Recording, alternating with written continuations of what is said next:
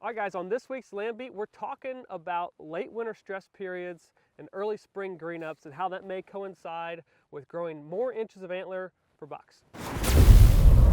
We all know that this time frame of the year, that late winter into early spring, is really important to get as many groceries out there as possible to allow bucks to repair their bodies and get back to that threshold where they can begin to take any extra energy and nutrients and push antlers. So antlers are coming relatively quickly, but we've got an early spring green up this year. If you think about a buck and he goes through the rut and he goes into winter and his body condition drops and it continues to drop, he continues to lose weight.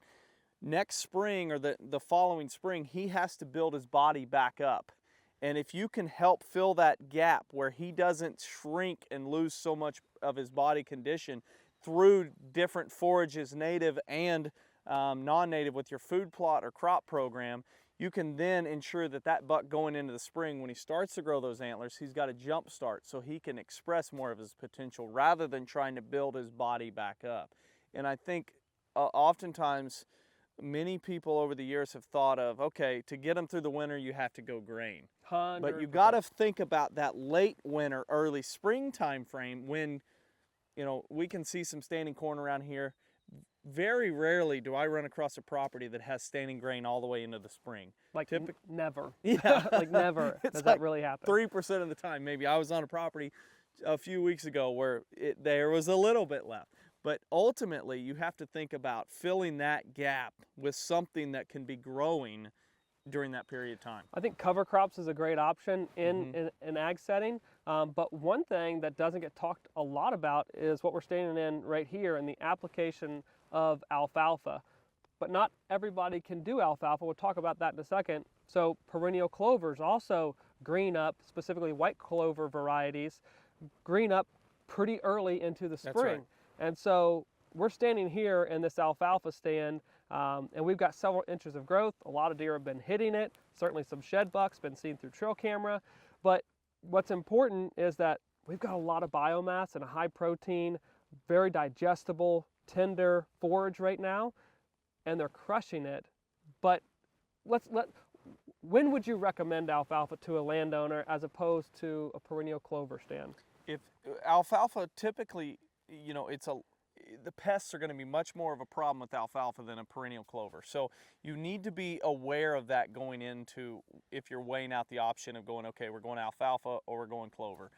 Specifically, if you're on a property that's mostly timbered and you've got a half acre here, an acre there, I'm going to push perennial clover on you. But if you have an area that maybe 5 acres, maybe even 3 acres that you're like, I don't know, that seems like a big clover patch, that might be an opportunity to do alfalfa. And especially if you go any bigger than that, that's a great opportunity to put alfalfa out and then hire a local farmer or have a local farmer come and cut hay off of it and get some income back on it. And they may help in that management side of things too. If you're sharecropping, there's a lot of ways to make it work. But at the end of the day, is the importance is you need this time frame of the year to have ample forage, and instead of just waiting for that spring green up to occur, make spring come a little bit early with having either cover crops, perennial clover, and alfalfa to help bridge the gap into that spring green up scenario. And there's 2 main points to address in that as a herd management is going. You should have lots of woody browse available in your timber and your other areas that aren't food plot or crop field, and then have these greens available. So if you love to hunt standing grain during the late season, corn or soybeans, broadcast some annual clovers or wheat, something to get that greens into your farm and your food plot system, so you have this time frame of the year filled with green protein available.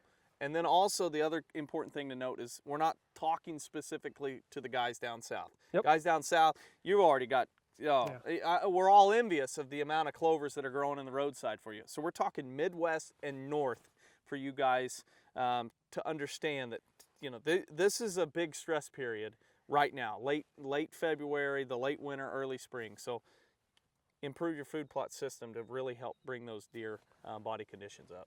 Same thing can go for does too. We talked about antlers, and antlers absolutely. are really important.